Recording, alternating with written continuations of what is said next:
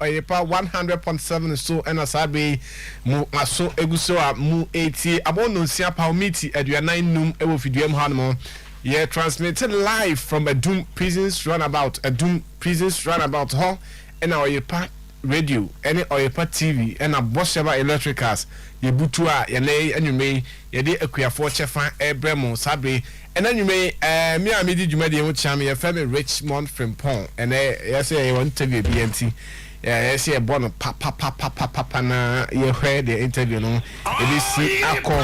Sabe eh omo so summer sene ema me ya she dwumadie ama edi dwumadie ebremu mame afenya kon me programs head na afei DJ Rocky Junior so edi yenam internet no so ana ewo Oyepa radio or Facebook Oyepa radio Facebook and YouTube so Oyepa FM and you see boama ojam so ewa menchen hanamo na anyway de ye ne opanyi ba kon ebebo enkomo on 30 phone so ye friend no Edwin Bafo where food 70 Ghana from penny phone ba kon Wednesday and oswafo yequias ohwe food and agriculture so Dr. Owusu Akoto Eco Grant interview with City FM Wakra.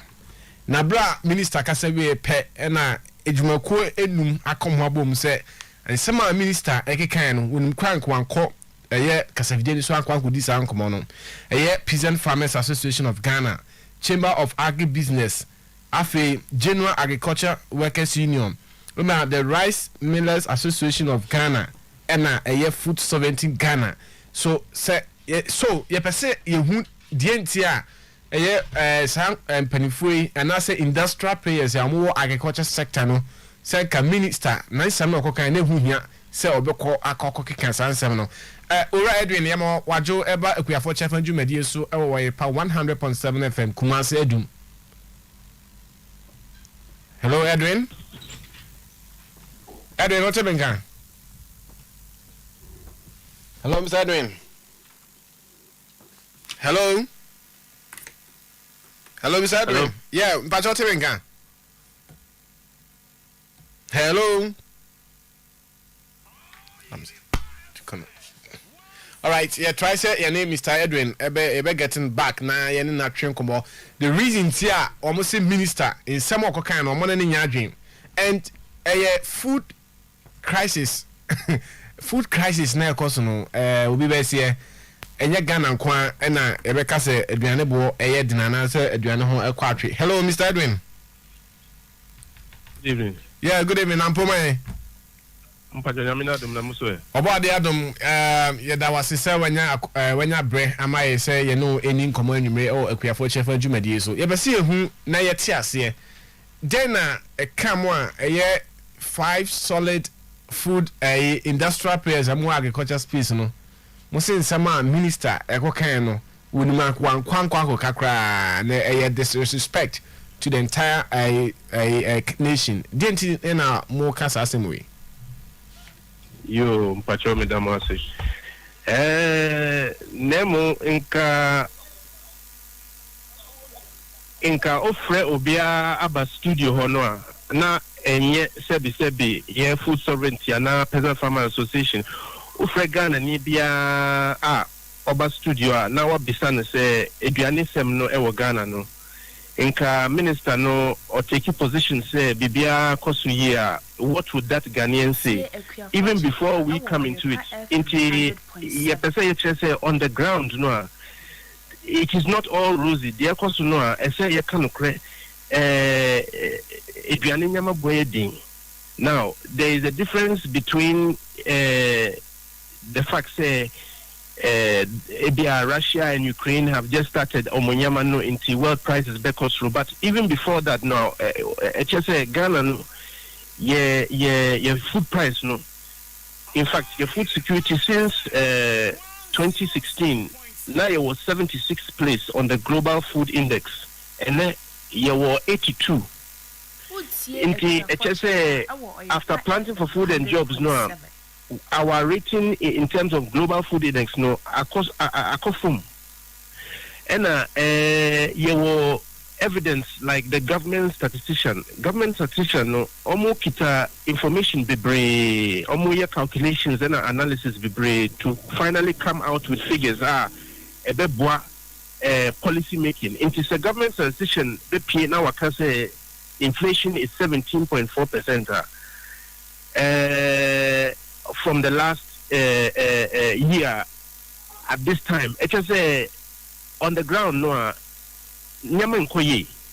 into the posture of the minister, no, it was a bit offensive to us because Phyllis say mano feedbacks it is to help us look at na ubia betumia ko drum na emu ntos because Ghana ye wa asase bebre ntos Jenny. I mean nyame trying too much say the cost of food in Ghana should be where it is.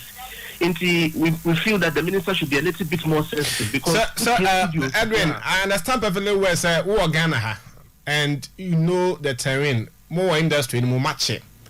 Sir, only the minister no neka ne bone anasa asem kan neka bone be ne boom because office aduane bo e wo form maybe based on one office why their own research and am so more research say aduane bo ye din identity ma the majority to decide say okay aduane dey ne boarding nti ye dey say ne boarding rather than say okay memma men twa no. The majority have already decided and know say aduane bo ni boy din wo Ghana. So aduane boy there so many factors. There is little to na be minister ni betumi aye. No. One. Let me chip in a small. I'll come to you. One. You nim say inputs are mind ba no. Only few people be na almost to me can be. They can na open a market na man for kokoto. And ebia ono ministry no what the born beba scientist so. But when you go to the open market and tisa unyini say bia one na yeso mo hwe ema sa na ema nyina tokro no yetuatua san tokro no omu nyina ka ho bi e na ama ebuo no ekoso e na ba bi omkofa duane ne ba no so eye kai sika influenced by ene fuwa ekoso e na ama bia ema all these things ema duane bo no ekoso minister no officer on there why na planning for food and job one ama all the necessary accoutrement as some dey adwuma na aduane ne ba na ne boyefo. But these are some of the factors ebia pushy ana ema aduane bo ekoso ana unyintum za se bia minister no on a limit bi obetimi aye. Oh, I appreciate your compassion for the minister's position, but respectfully, no, your president can say, you see, it is a matter of demand and supply. The supply say obia say Johnny will have the brea. Look, the price will come down. Say Johnny will have the brea. Now, when you go to the market, now plantain will have, ntos will have, onion will have, the price will naturally come down because obia will be. And it's nothing special. It's like uko wasaichia, uko to bibina. It's like very cheap because of demand and supply. So generally in the country, no, say planting for food and jobs has actually supplied so much food. Naturally in economics, the price will go down because there is no point in people hoarding it because it is there and it is perishable. But we are talking about a minister who doesn't want to acknowledge, say, no, civil society organizations. Look, let me tell you, say, the Poultry Farmers Association in Ghana, yes, and come on radio and say, to me, a bro, and to me, talk soya bean. It means it is a matter of supply and demand. No, but I think Nina is in the system. People are just exporting it just because obviously any one will form, and Ubia Oye Jumabia Pen Faso. And Ubusa poultry farmers now. I've been engaging poultry farmers on my show all day, just last week, crap. And Domo Kenyan say, I brought it there. A bill, but you have me export to the other neighboring countries. And then some say, a then a man in Bass, I almost say, a buona other countries in the ban, a higher. It's when no minister no road ben so problem. Okay. will be some a very relevant question. What role does the Minister of Agriculture have to play to make sure, say, if you are like maize, bro, it will not leave this country and be taken out of the country when his own local poultry farmers need it? It's a very relevant question. He is the key person in that sector who can make sure, say, bro, Ghana be brea before it will go to Mali and Niger at whatever price the people want it for. No, we will secure some for Ghana poultry farmers. So there's a job to do, and it is not about attacking the minister. You see, at the end of the day, the inputs that are going into food from imported food, those generally they reflect the fact that we have a very poor food structure because we import a lot of the food. But those that are grown here, I'm talking of the food price of those that are grown here, like banchi, ebro, maize, okra, tomato. Those things are going up, and I'm saying that at the end of the day, when you look at the fact that people will say petrol has transportation contributed to it, because maybe I'm confirmed for and when it goes to sheer demand and supply, sheer demand and supply will outweigh petrol. So probably you go to Kede and Asamankesi and there's a lot of oranges. Whether the price of the fuel has gone up by 20 or 30 pesos because you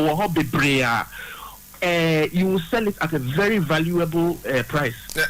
Edwin, when say market women so part to be blamed because I'm gonna cover goods from the farm gate and maybe I'm cover edi free bano. Ono farmer no betime atoma as low as ebia 2 cedis, but ono be calculate the risk involved any the transportation the profit nyina no unim say na efu e maduane bo e de bet me wa ebia o call the farm gate aduane bo ofu. No, then it means that our system has problems to be looked at, and these are some of the things that civil society is saying. Because if all can say is not coming to where the people need it, this is an issue for a nation to solve. Say, the citizens in the urban areas cannot afford food. This is a fact. And on your way home, you meet several people who complain, who could do fear. You reckon with the truth. Say, yes. It's a demand supply. I'm not talking about imported things. As for imported things, no, Ghana for no. Your attitude towards made in Ghana goods, our taste, and then Obia pesa or the pizza, and then so we have relegated. One of the regulatory bodies in it seems I'm serious, kakra. So I'm more serious and come to me. I set some standard. We have that to. But you see, the reality is say, say if price a cost through, and even if you think that some of the components are petrol, I'm saying that the sheer demand and supply of that good is what is playing the greatest factor. That is why the poultry farmers are not having enough for them to buy. Otherwise, you will agree with me. Say you cannot be a country and somebody is coming to take what is your surplus and take it to their country. And say using prepare poultry in Ghana. So there is a demand and supply factor which is not something you can ignore. And for the minister to say the price of food prices are going up now. As civil society, we feel that as a sector minister, you are on behalf of all Ghanaians. So we feel it must be a little bit more sensitive. So such a comment is not so welcome, given the fact that a lot of women in this country will respectfully disagree. Because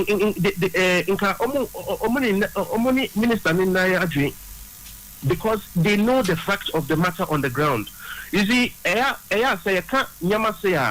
it also shouldn't be seen as politics, because during Mahama time now, whatever was not going well in the sector was spoken clearly by us and other civil society organizations.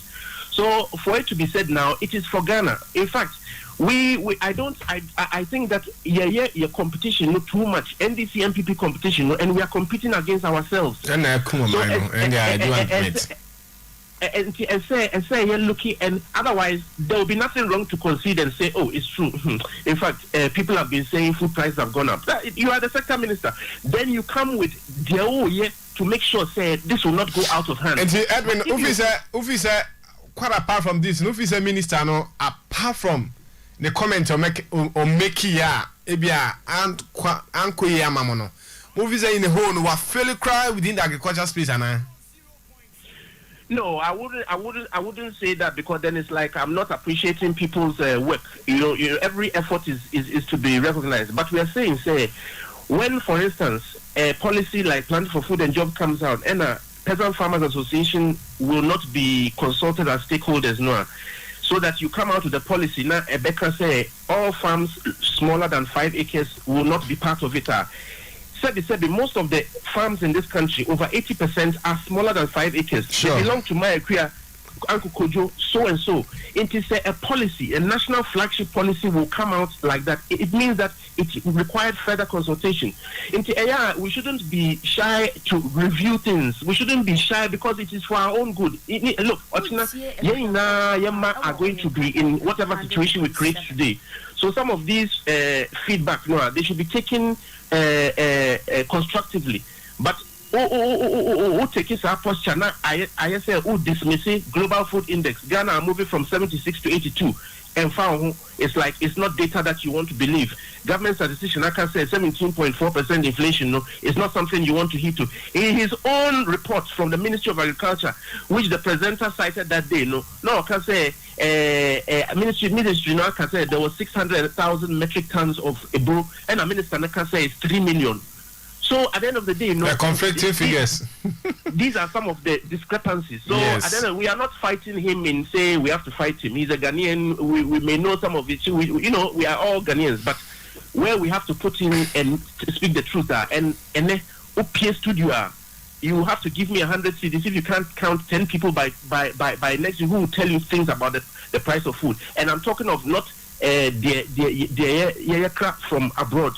But the idea wahano Kofi Brookman, how much are they charging you? Koko and Ankatie, how much are they charging you today? That it should be a reflection of Planting for Food and Jobs. Say you are the brain. It is a brodier gua. In fact, that cannot be the price you charge it for, whether petrol or not, because a gu Adrian, and Commander, but so far, my statement by Minister Watuno Safremo. Oh, Debbie, but one of our other allies may have been in touch. But I also saw in the release in this Mose Kabeyanka Yampamono, Anna. But you say, Mimuno Babisa Mose Yampamono, as Anamo Namo Pache. Oh, I don't think that the statement said that in any direct way. I don't think that is in the statement. Say he must be sacked. But I'm saying that he must have a posture which is more reflective of a minister who is in charge of food for a nation. To say, they are not as blessed as me and you. Into Okojum, not said Okona in the clear asem, Yakachan say, Brodiano, Yatoni say, Anna Amancaneno, Yatoni say, for him, or so Sanichi, maybe he will not get as much as he intended to go and buy. This is a reality. We cannot pretend say this is not what is happening on the ground, and rather they should take this feedback constructively and we move forward. Planting for Food and Jobs is very laudable initiative. You cannot fault a government who wants to do something with our greatest asset, which is our land and our people. But where we need reviews now, where we need reviews. I'm not shy of competition too much amongst yourselves. These things are natural to say, hey, okay, Yahoo says say, let's say, fine, let's see what we can do. All right. But ching, for a certain position to prove, for some certain victory, that competition is too expensive for some people. And yet, all right, Edwin, Medas in Nebra, Wadama, Oyepa, radio, any KY3FA from Jumedi. Yes, yeah, we get in touch again. Thank you very much. All right, thank you very much, and a good evening to the Honourable Minister. We mean well, but he must also listen to feedback. Sure. And acknowledge facts. Sure. Facts. Data. Sure. His own data. All right. Okay. Food sovereignty Ghana. Edwin. Before na train command over the week wiki and minister call City FM Accra na ono mokodin komo na response some said any boy the minister said any boy was said any boy as to say any boy dey na any boy dey no e wo Ghana ni na wutie mi no ho and minister and there is letter to na bia me hu fisi obetimi ayafa aduane boy na ho den. Looking at when we are provided all the necessary materials, and I say I'm fine adjuma. But me and you know say about my Ghana Hanoma 77 Peduasa. Yes, here sorry, but we are not doing the right thing. Government of Ghana Eddie a year cabbage last 2019. That is what I have. And then I'll be American. About my 80 Ghana cedis. 1 kilo no or 2 kilo na 80 Ghana cedis. And the ma or more age na ma buying. And then that inipana yeah the man is on ya buying. Or qua abide the rooms abide the nasa no will be how ton. Was it 2 million? I did 80 cedis no, was it 2 million? Was oh yeah and I see effect na about so. But oh now about if now you near bana, unia bema, and now babano. And then me banana school, unyeska, you don't investigate how an ipani make money. O bugana ni, a dear buy no aye. Ashisha and camera from. And then again, where he say no, yeah, you know, the nearby communities ni na no, they say didn't see a dime. Intinuane no, this all far. Ukwe jura, you say kwe jura cry no, the last time I call me a year. Honorable Pangabu didn't come. Say a Jura land the home I think I will Jura. Into a bad day, and I had a Diana produce at their base Indy. And mind you, Nipano or the can ecofa at Diana Naba. And here two cars can, here two cars can. Maybe I will call farm gates one, and I say a fum hono. A Diana boy F, said they be a minister and a person or channel. But Yakwako Faba criminal. A befa nipa be and 9 some. Asana yene final consumers no and I say any edidi no ya gwa kwa akoto planting for food and job buy na body bu ye kran no uba kumase edum ba bia ekoto ampisi a uba ka so to body 5 cedis uba wie na mitim zama me ah ye body na ebu bebebe na to body 5 cedis no uba 5 cedis no won sa ka won sa ntia na 1 2 3 4 5 cedis me se ba ko be 1 Ghana cedis. Into when Ubremu minister na to me no in a way enye but in politics no afraid any everything politics BBR politics and yeah politics in consider being we must begin to reflect. I'm not doing a PR job for the minister no grano me friend on fa into me cousin say the minister mama kapra na sempoa minister Dr. Usuf Yakutu me koji ni one person and all because me PR work na mano but ye nya hu say market woman for ne ka ho bi market woman for no mko fa board e no je ni menken ho anwan no obi na ye factor in all these things o mka ho bi and na ma aduane bo e koso no matter what it is aduane no ho kra na on my bad man bo akosoro because the na me kan say body bu ye kra no upa edun baby am go ton pisia otwam ayina apem no otwam to ba ku bi ode 1 city and one a minister. All right, and then you may many open the kase ba ko e be twetwen kumo I see mama have me documents ye be twetwen kumo kase ba ko afa mabuna yese omude omu hyekwem yesi ana yesu ze aduane boye de no because omo ye ne ze omo ye nkokravo energy na yeso omu di bro mo ye produce no eno so kofom enti se energy ni kofom de a ene e be ma aduane no so why ye de no the more aduane no ho ye de no na ne bo no so kosoro na me bisa say emabru no aye crowd some the homo be hyekwem na chihye pa ben na as a nation ye de egu akwan mama ye. Once upon a time me opportunity bisa the then candidate now President Akufo-Addo na just a day say akwakoto about 2016 I was Georgia Hotel na me bisa ne say me focus ni na agriculture. Ibisa no say oba die na obeyama commercial banks no etimi atete interest edida kwia so emma yentimi ko gisika emfanye kwia. And one funny thing the woman said okwachi loan free bank ona ade chi ya na bank na asase na se me koyefu na fu ne be di 6 months 3 months ansa na produce na ba na wo se me starting tua every day bia one cedi I fa na me coffee scanner ba because that scanner me kwa investment me kwa inject into the soil na ama soil na produce aduan na maye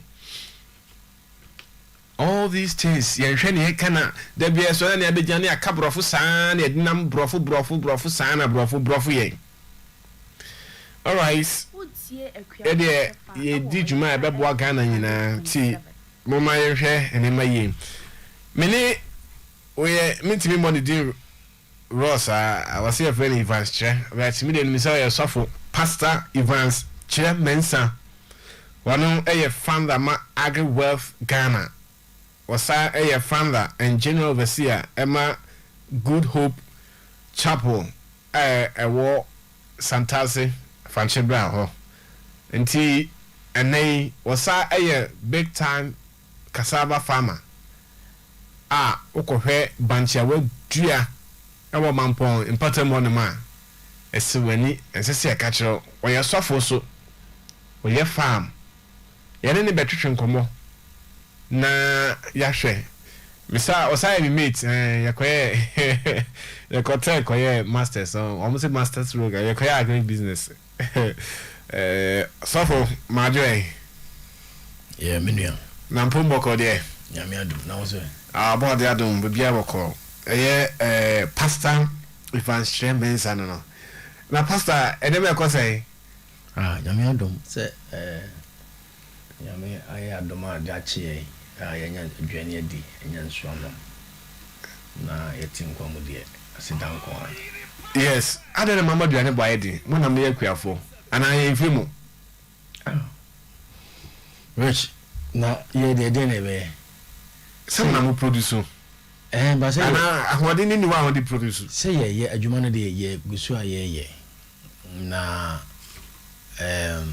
factors na affective food no very big sir what I say and very complex factors besa enima besa there are a lot of things food system na e kan wase no yana sebi e ka sebi a efisi bia akuafo no emom modern moya adwuma akuafo ya adwuma papa okay se nyese nyame ye madom na me stati bibi kakra na mo se akuafo ya adwuma so hu kuyani a se o chia no na o danase sir I'm telling you na say business na nkawe yes business but something I me adwuma a business but the same business is what is giving food to somebody.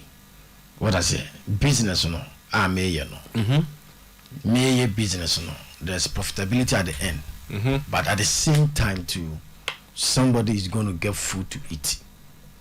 What I say obenya nkwa obetimi asore akwa djuma obetimi aye de beso ho ye bia if we even take the business aspect now se nipa ko no yete ho no se sorry a se didi enti no de obedi de udi no na first se obi na hwe so ma se obi na disa dwan na ebro se wanya sa dwan na ndia obede na wanya nwade akoye wadwuma enti aduane ho asem de very very important ehun hia papa Richmond na farmers issues na ya na ye kan on to say me am wambe no na me kwana minim na the factors come from several areas. For example me ton aduane me ye afu okay obi eton fuel enti diesel na auton ene me ya fu no enka ekofa hefa na kosia but let me give you the linkage. Yes, chechim se me be ye 1 acre say me de tractor ekosi 1 acre no so na me do because 1 acre is very big if you can mean to first can end be say me ye tani kesa be me ntifase kan endo e say me ko fa tractor e de besi so na tractor na me ko han de besi so no tractor rua no obeto diesel and do good tractor ni so that say it is a tractor no okora say diesel bo no ekosoro definitely no it will affect the price will affect production cost production cost will affect labor labor will affect the food prices prices will affect logistics omo de aduano no omo fa aduano de akọ onso be gine de o de o no aduano na o do aduano no aye aduano ne yie aye aduano na free no onso be gine de no hwia de o de bakọ market onso be gine de enti se okofa aduano ne ko free farms wo wi no ko de ko si market ya wa o ba beto no on to ma osen on to ma osen nzie ade ba ko pene ma aduane boy den enti nya de ba ko pene ma aduane boy no enti bi memu minister no say wona ma aduane boy den no eno ye policy eno ye government policy okay with respect to food and agriculture and in those things all right so I will leave the policy side to the policy makers now your policy papa bi o ha e bo asa de and I can't speak to that for now. Internet the way I mean, but the better me can say invariably, you see, it's a value chain. Okay, so the food system as I can policy is part of it. Food system as I can. Okay, the lawmakers, those who make the policy, okay, to have an environmental friendly way of doing agriculture and as agriculture food. It's a critical. It has a critical impact on food. Critical impact on food. I know there. It is no denying the fact that say policy makers have a critical role to play in the food business. Now who is that? Oh, and ya kasa who it has effect on us. And I'm saying who say omo ye bibi to change the narrative. They are working and staying in who results. But so if say they on air affected your juma, I didn't have man for kasa complaints. You say gobe krano, I have to gobe. The point that gobe first gobe 150 pesos and then I say and he's coming from a point or see farmers yes o come market ya omo complain any but some minister say adwane bo onye den they issued a statement me kita bia me can see ai na the person me can say okay global crisis na aba no bada ben affect nyina meba affect nyina we be say global crisis na bada ben global crisis. So why your policies in programs here? Ebianka, ebe take some. You call lockdown, crano, and need 3 weeks. And I buy no call off quickly. Affecting you now. Okay. We are trying to it is the responsibility of the leaders or the leadership. Do you have leaders in Ghana? To ensure, say, farmers are in the right frame of mind. They have the conducive environment and they have everything at their disposal to be able to produce food for our country. So it's a policy decision for the policy makers to give us the conditions are very favorable for us to be able to produce food for the country. Or industry in Muhumbi. Inti Jamaican say, if me as a farmer, say me who sa, what I say,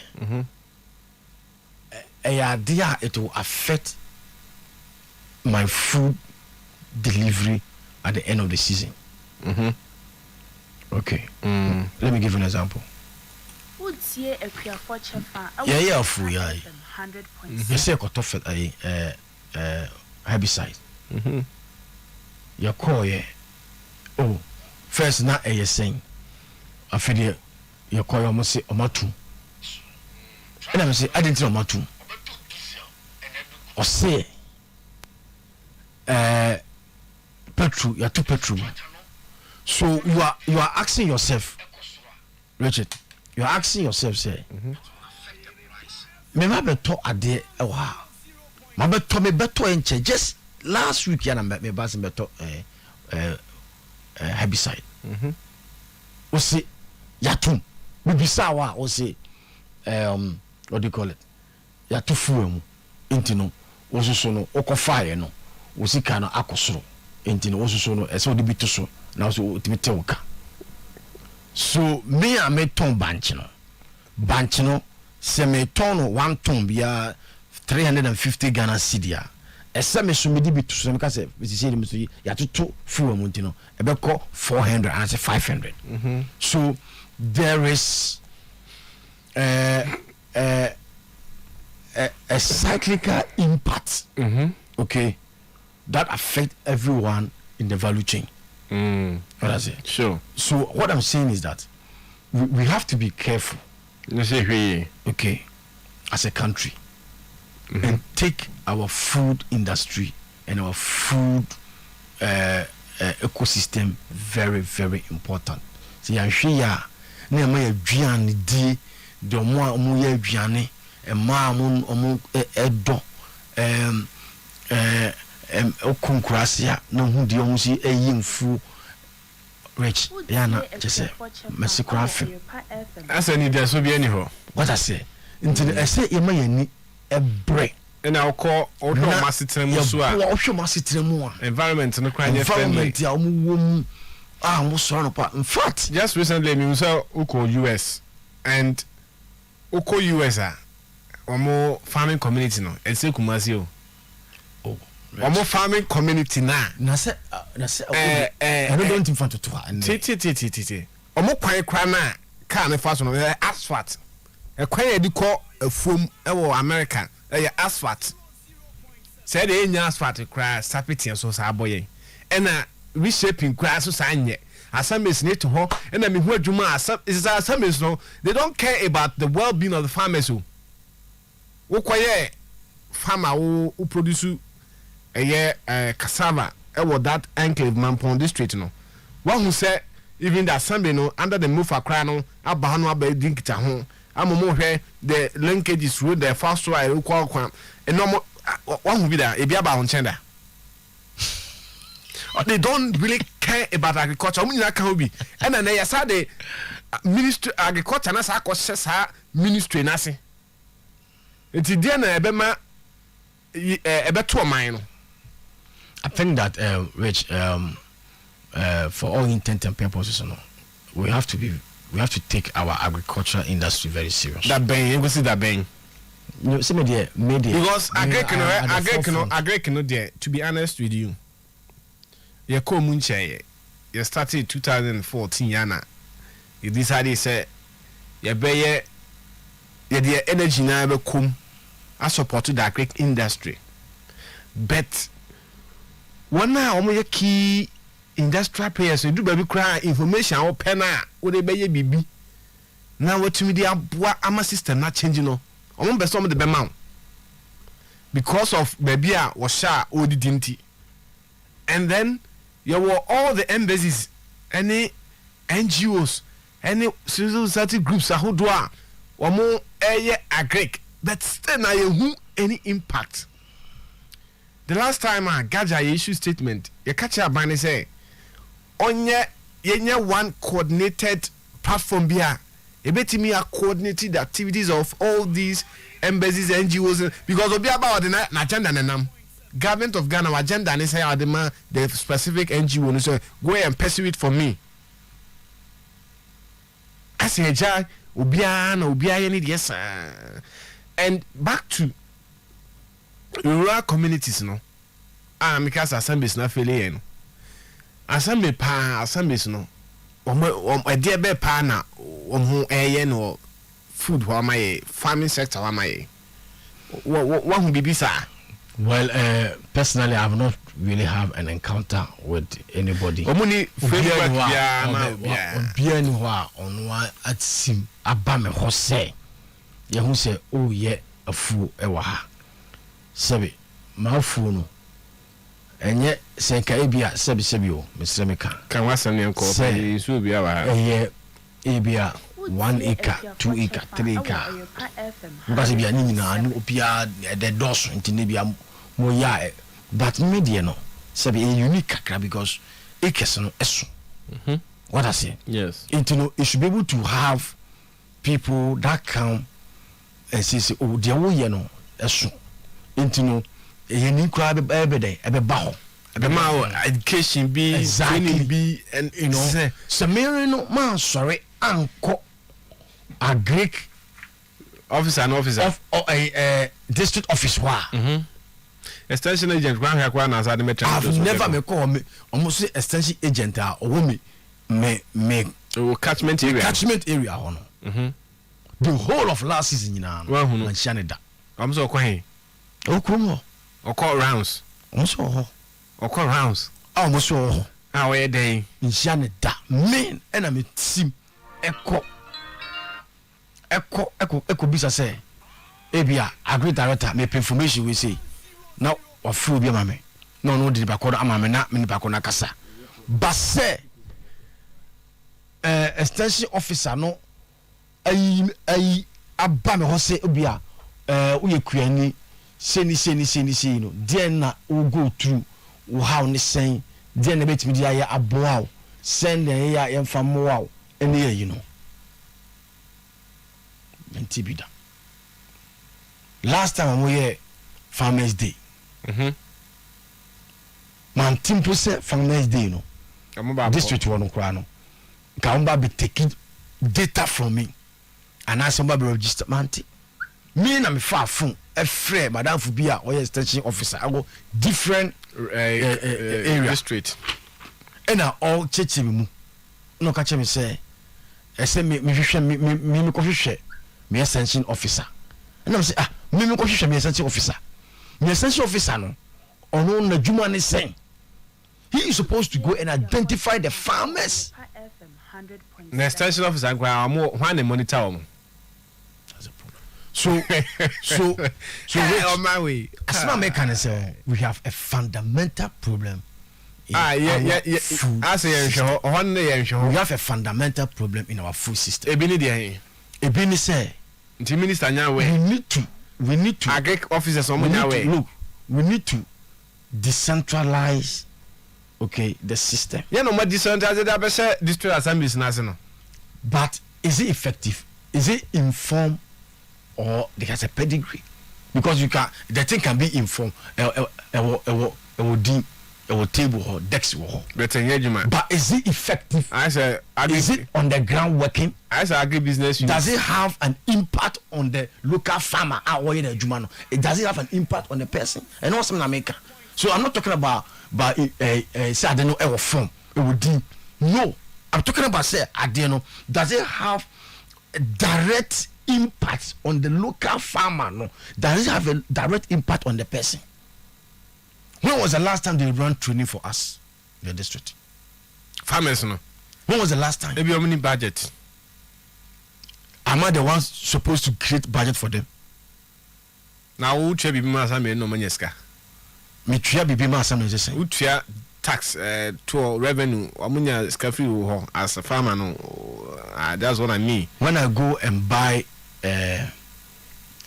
things at the market. So ebia unto no kumasi. Unto no mampon. Unto no kumasi. No, I buy everything at the district level. Everything that I do, I buy it at the district level. I sleep in the hotels at the district level. I pay tax. Me draw first other two boots. Me draw me share two. Any what I say? There are several times. You got to be there's a VAT on it. We pay. So, what haven't we done in the district? When I came there, I went to the district. I announced myself there. I registered there and everything. So for I'm not training us and we are for Jumedi. Martin, the American say, there is a fundamental problem with our food system. Anti experts who do quite common on ne abruchi 24/7. Our ministries, we need fundamental problem at the. We think. They don't know. They know. I didn't know Munye. I didn't know Munye. Omoya didn't be see. Omunya scanny be mana. Mamaka some yeah my night we have to have a heart sense of patriotism in Nihabi. Yeah, kuma say that is some Ghana. Say, ye bibi na ye mine esi na etumpo. Akuafo ye bre. Ye bre because yena ye dua na amani nyina enya bidi. Entino se adibia akuafo eka ho asem no. Se aban ni omo a mpanfo die ni mu no etie yasem no no boy need to solve some of these challenges na akuafo ye bre. I've been at the village level me castle and ma a wo seven kwana se eye akua no mo bre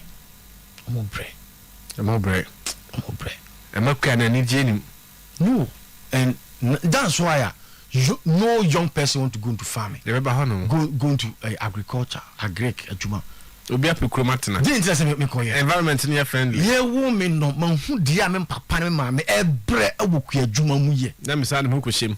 Na me di na chi man hu bra ma bre oku ajuma mu man hu ade bia titi sabe titi bia e free omu e baaye. Na me wie ya me se me kum. Se di nti. All right, so for num so ma na membra. Ye nton ade kakra. Ye fa asida kese emma Disengolf Ghana Limited. Disengolf Ghana Limited. Disengolf for yadama se maso kuafo chefa. Maso yasene, maso isisi na ene yetimide kuafo chefa ebre eye Ghana kuafo ene ona omu edidi kuya ho. Omo omunye sikafi kuya ne mu. Okọ Central Market amugo na kuafo kwa anti na mamugo. Any West Coast, any Abinchi market, any all the markets, I Ghana, nyina. Moton Tony, a Kuafo, Intina, more honorable. Inti, Jumediano, yes, a yamo, momo don't quite, a yamo beer, any more mudina, a programmer, yes, a TV. Now I heard quiet before so. Once said, Yanna boy, dinner, there be a metana maker, said Yanna boy bed in a Betiana Munini. This year, at the home, a KY3FA, now he has so many brutal. She say, you know, fertilizer near to no. Fertilizer bo, he say now 400 plus. And that will be friend was say, is it fertilizer normally the 482? And I'm say, hey, but we have fertilizer now go to 480 Ghana cities. And to imagine, so koto 480 Ghana now or top 3 now what the coin farmer on I'm almost 40 million no. Inti 40 million no. Almost 50 million. Yes. And he said, what the we na my menok sako faba now Hokoma or Bobby enya. It seems a idea hard dream. It's imperative for more money called Quianom. Disengolf Ghana Limited, Akofa Cathedral Special Bar, a boa akun etu eye akatea ewi yen kuku eme kuku enso ehe kuku dani dan nyina no.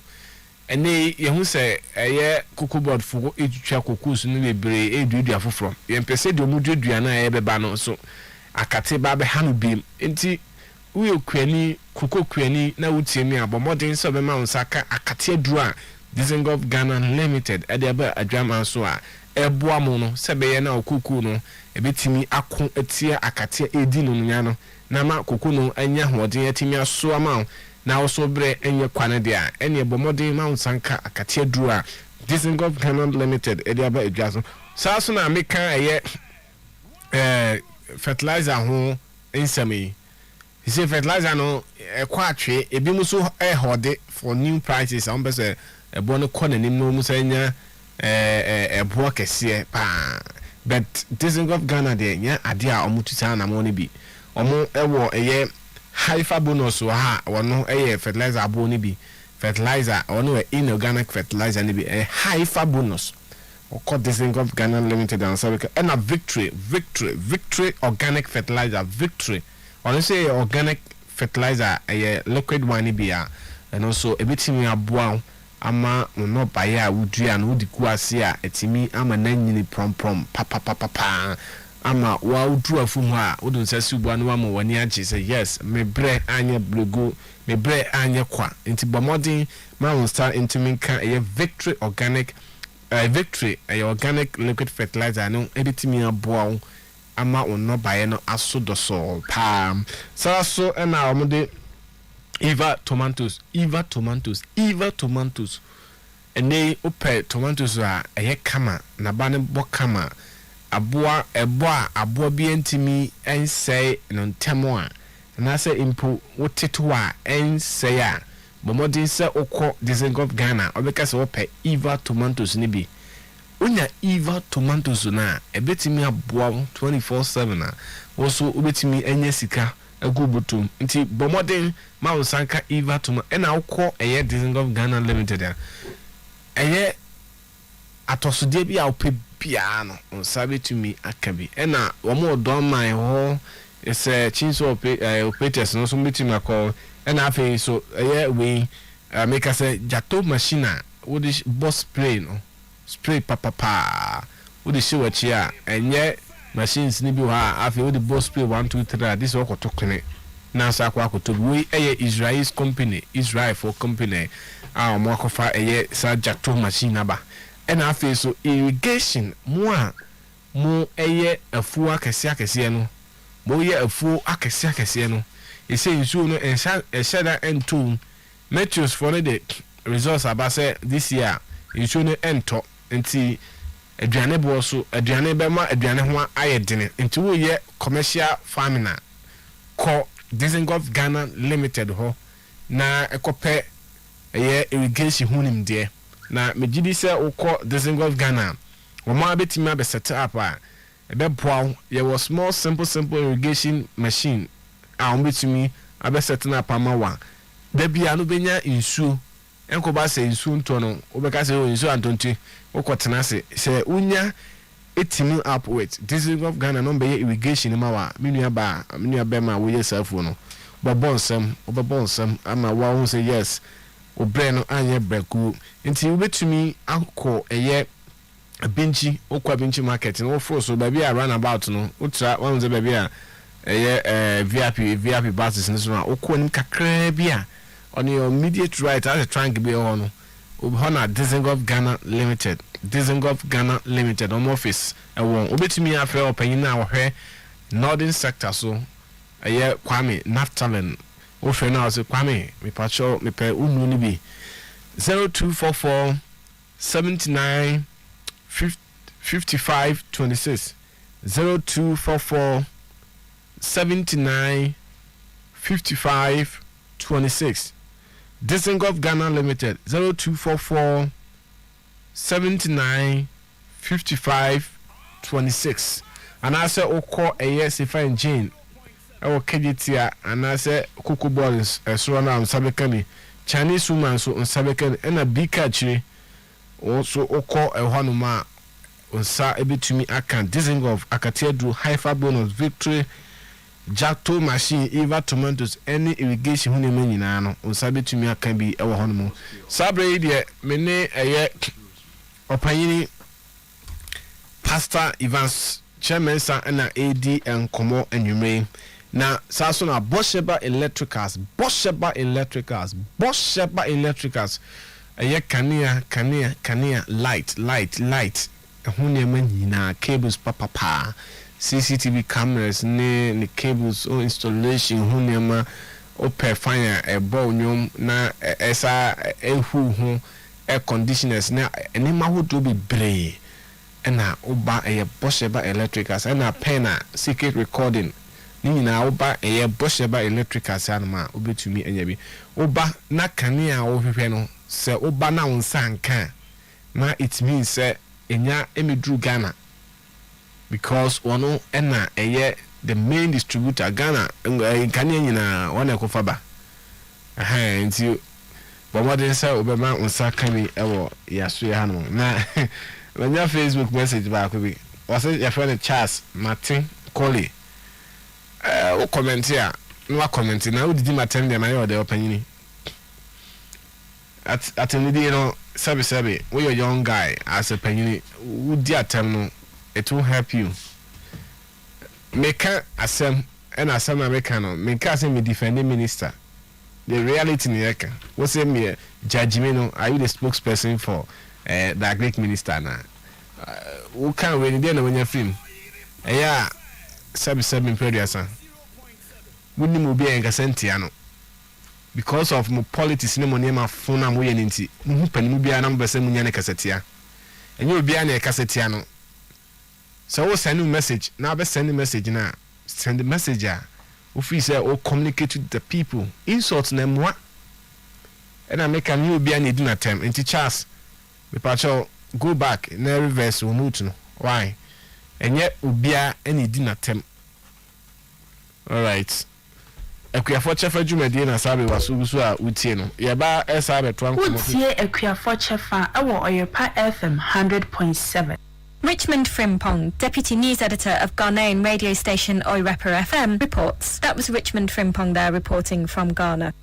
Hi, I am Lina. I'm the president of International Federation of Agriculture Journalists. I recommend you to listen to KY3FA on KY3FA 100.7 FM, one of the best agriculture educational radio programs hosted by Richmond Frimpong. Don't miss it. Hi, my name is Steve Warblow, Vice President of the International Federation of Agricultural Journalists, and I'm an endorser of KY3FA on KY3FA 100.7 FM in Ghana, hosted by Richmond Frimpong.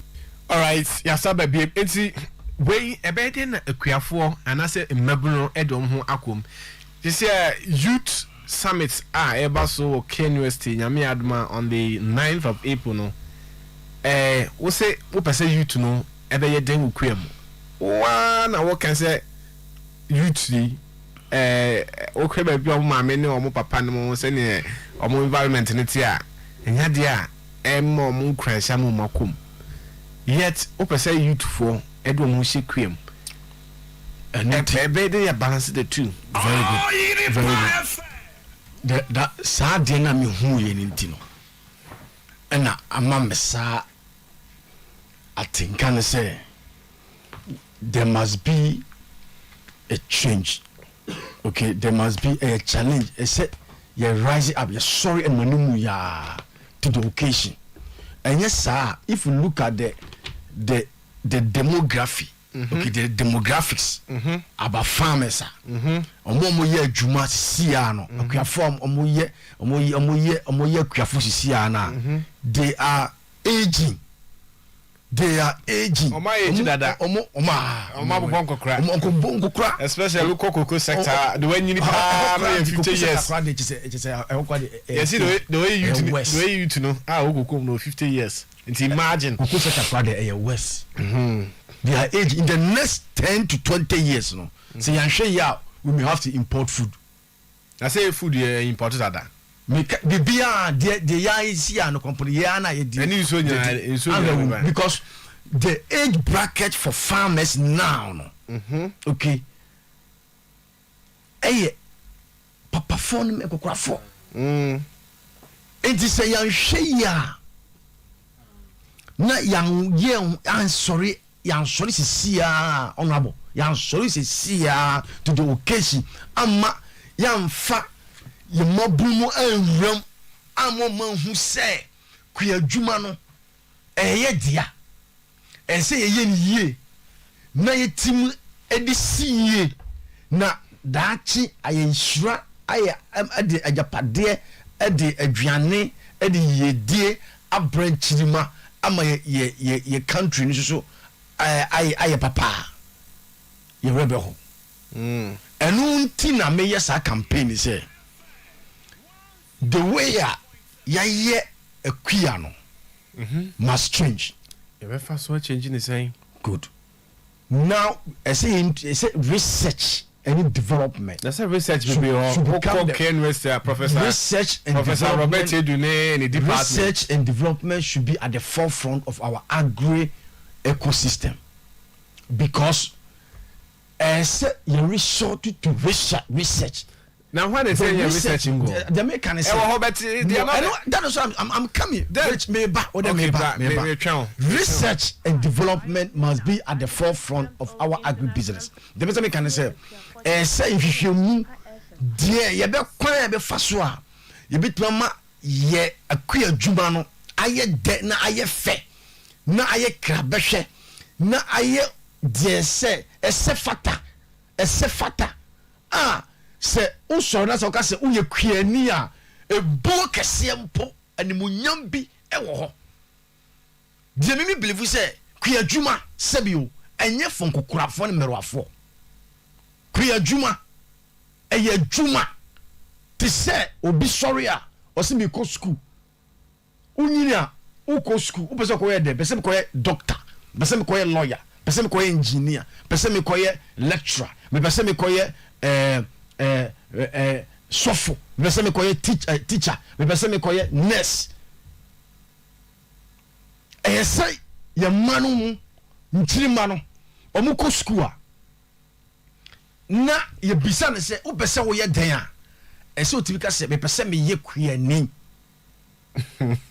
that day no be fair there they be shoot me moti apai so okra was it baby o say that has been a system good that is the point that narrative of stereotype no how can we change it start from here it start from you and I just a policy be affected exactly what I'm saying sir that is why Ghana Youth Agriculture Summit is starting.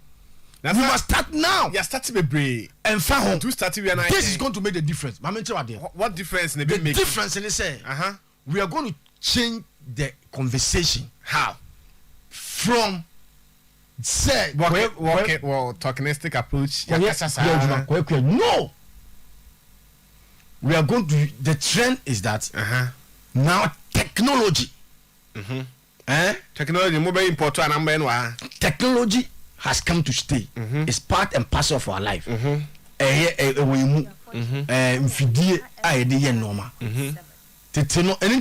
Now the youth are with technology. So agribusiness and technology is going to be married together to make agriculture attractive. Sir? Yes. I know na bema. Da ben na mo shase. Na bema mbrante ene mabawa no. Da ben na mo shase. Agribusiness ya kan ekoye kosi. Sir, it must start from somewhere. Where? From here. Okay. 80 yes 80 yeah the shase. Minu e the shase. Eti ye pese me hwe ye nnuanum na say o start aya obetimi build career obetimi aye wadwuma anya adwuma ahye wadwuma ase abie wadwuma ewo kuyayemu no nchenche say okofa sekane aso nko akwakodo cutting the goods from the farmland to the market end no eye kuyadwuma eno kwa ye value chain a big logistic area we need say career you should start a conversation from say mama for who what is within the agriculture no? That is what I'm saying say it start from a conversation, it start from the narrative, changing what was the narrative first first kwa ye school no ye punish wa ye adult and the punish enti ama there is a certain adwin bi ewo sekua adwuma no kra no eye punishment we eye adwuma eye punishment what I say ya kasa very good no ya kasa so still very good so people like us coming into the mainstay be mainstay ni no it's changing the narrative but we claim say Ghana agri has been to be the mainstay of the Ghanaian economy yet little attention is being given to that sector a narrative that is going on, by reality that is not the case, and I mean it. That's not the case. Because now man for high hopes, our agric minister. That is not the case. Here's the case. Agric minister seminar. One leader, and I make a say, and you must lead to a path. Rich Nyabotre, and I make a say. Can I sit to know how Rich Nyabotre? Where and they say me a former prime minister for UK, David Cameron. One more driver here.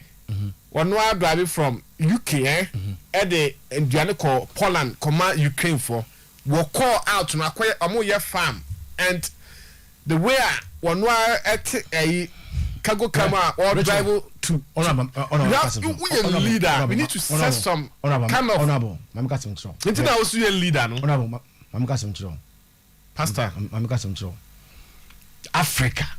Pastor. Africa has leadership crisis paralysis. What's it there? Leadership paralysis. Hey, so for what is one leadership paralysis means say your leadership in Africa no. Tinipa. Okay. The leadership in Africa no. I say eniaho abubu. I say sebubia oya patch. Paralysis. There's a paralyzing no. There is a leadership problem in Africa. Not only in Ghana. No, not only in Ghana. Yeah, let's African people. No, as Africa, Ghana and Science. Come in, please. Leadership is an African problem. Now call a number 2. Mami Chlo, Ghana African. Now call this country, Egypt, Morocco, Rwanda, Algeria, and other stuff. So they are.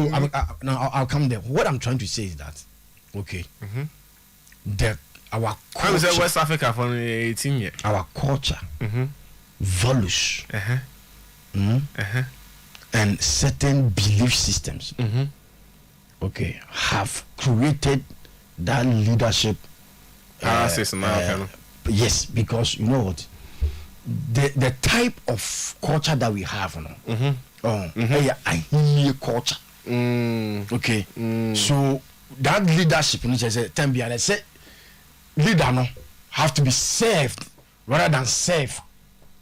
But you know what I say? Yeah, leadership, I understand, you know. Just say me a leader, serve me rather than me serving you. It, you know, it has eaten into every fabric of our Ghanaian life. Into the rural, Ghana, your life, but will be a rural. It, you know, it has created that kind of paralysis. Say me a leader. What I say, so soon me. I say yes, massa. But leadership really is to serve. So we soon you have to serve them. Very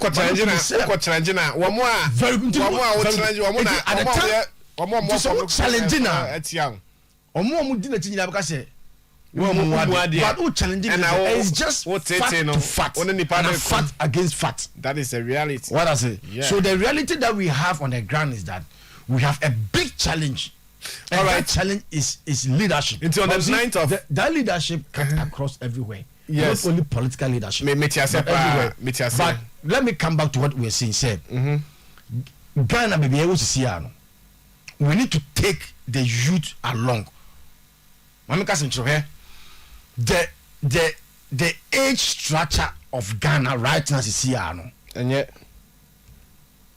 about 20 from age 25 years down, I am more than 60%. But the number of youth who are in agric and yet it's nothing to write home about. Yet they are on their way out. Come bain a faswa mrante, look at mrante a Ghana. Obia mpɛsɛ de no bɛ kwa mu land no kra akɔpɛ no boarding. Those challenges policy be ya to say ya the land ni bi reserved. Uko even when we go to a Holland for instance, wo mo no city no wo mo asase da ho a ya afu me komo community back ya ho na ya ko have your last a program aneba. From there no o makosi a big hotel, one of the first as a golden tulip now. From there no to airport one ho ni na ya jat one mo ye farm. Rich team, there's a difference between deliverance and freedom. Say you're dealing with the mindset now. Again, there's nothing upakofa. That's so for Musamwase. Oh, congregants, I'm speaking in context, maybe. Yes, maybe the mechanic say yasisa member one mranten adwen about kuya yesia obi a doctor ukofa asase ebesi ho trata ebesi ho seedlings eba na sama ni sika se on fire adwuma enkusi aga do you it must start with the transformation of the mind. I say adwen no ohun ni say na kura adwuma enya de papa enya adwuma papa enya adwuma enyafo adwuma mberwafo adwuma enkurasefo adwuma sa adwen no esesesa until say besesa no. My brother, there is no hope for our agribusiness in Ghana. I'm telling you. Say do a pizza, do shawarma. I say or go ni. So it means that some people from somewhere will control our food, and that is dangerous. Now say control that. So should we allow them to happen? They are doing it, but we can change this. We can change it. How? Start from here. We are doing it. Exactly, that is what we are saying. Say Ghana Youth Agriculture Summit is starting to bring that revolution. It must start from speaking. Every freedom, every deliverance starts from speaking. So yet is speaking, and the speaking to action, and the action. No,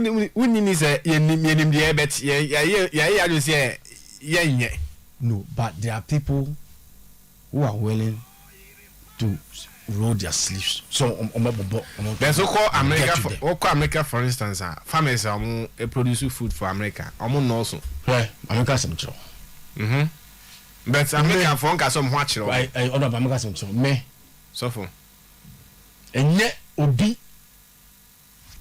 enna who say why we and why answer why or the or mama sika or mama tractor or mama asase in am kase me koyafu wa na okomu me who say no akuyadwuma kura is the first work anyankopon edema nipa be Ghana for the mompe open na ayadwuma wo ya osoro kura eboa because it's the work of nature, it's God's work for mankind.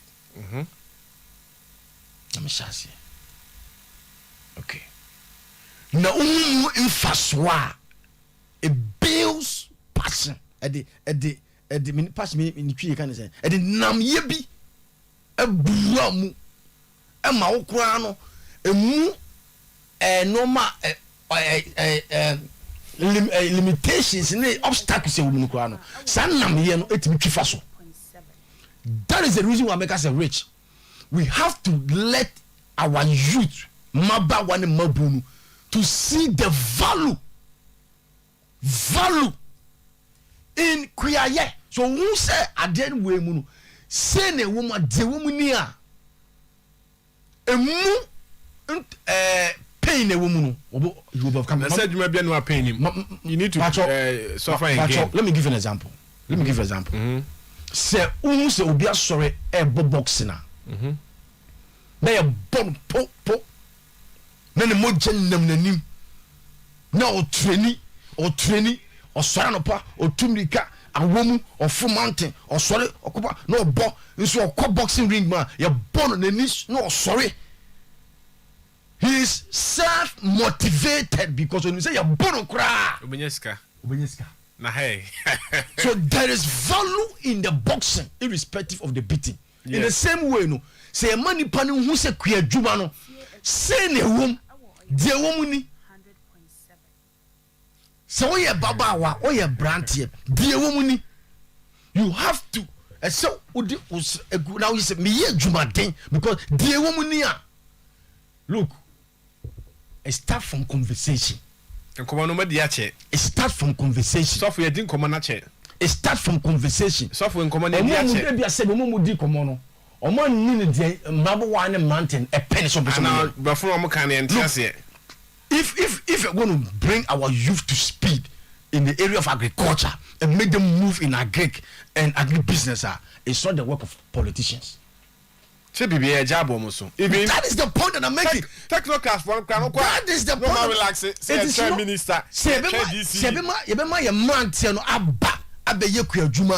It is not the work of the politician. The politician has the policy. He has the laws to make the laws work. But to bring them along, there are other stakeholders. And I think that I am one of the stakeholders to make this thing happen. All right. So for you been a bit nti ye de besia na ye hwe nti on the 9th of April. Until on the 9th of April, no. Yeah, first one no KNUST. Yes. Engineering Auditorium. Maba wa ni maba any obia emra KNUST. Because a free admission. Yes, let me give you that. Let me give you the structure of it. I can't. 1 minute. The government officials to come and tell us. No. To come and tell us. Government officials. Yes, with the train. No. To come and tell us what is their policy for policy. No. Policy now. You are not enforcing it. Rich. So I am on a mission. We are all on mission to change the narrative. So we are on a mission to change, not only to change the narrative, but to get the youth to a practicable action. That outcome will be. And are the youth willing to start that test? They will be willing. We will force the government to do the right thing. They will be willing. And is the government ready to? We are governing that? Over between 100 to 200,000 youth across the nation. To go into agribusiness, not only farming, but all the value chain. Obstacles now, okay, the obstacles are there, but we shall remove the obstacles one by one. We will bring them to tax, because if you have 200,000 youth across the nation and you are not able to provide for them, you know what 200,000 youth can do to a political party. And that's what That's what I'm talking about. Of course, it's changing sense. Because you promised us to give us jobs in agri. You ready say Juma. I didn't want to do but to say no. Who said there is opportunity then to say me here. What's more government policy or army boy? Because they have to come in. Maria University, because some year Juma system won't create me mama. Me create me person me kuya. Okay. You must be able to help me to give me a head start as a nation. You must have a stake in my life. That's what you're talking about. All right, so for I would say na you have my name Makoye. All right, Pastor Evans Chair Mensa or founder Agri Wealth Ghana and also founder in General Overseer Emma God Hope Chapel. I know it was fantastic. Good Hope, Good Hope Chapel. I was fantastic. Francheba Honeymoon. Enti opposite Opokua, and I say matters of Uganda opposite Honeymoon. And ye no action common or software or ye farm. Into who business person, I also be to my farm maybe. Me so may ye be. Na ye go so kakra no nim say me pabeba and now wo ye farmer so a wo so many opportunities o youth na mo be sam kwa brochie no wo dey start 1 acre so be o person be start 1 acre wo start 1 acre na o kwa embassy here you get a visa to go outside na wa kwa tema brochie eti ye tie ne say ha dey di juma dey ne besi na Kingdom Seekers are so about it was so. Na sabre de ye the end no nyame aduma next week. Ye sad the soft baba sad in beba na baba tronko no so. A lot of things up to be done. Nese sanema. Eva baby. Aha, and I say Eva Amachi. Wo share Germany Hamburg abontenso.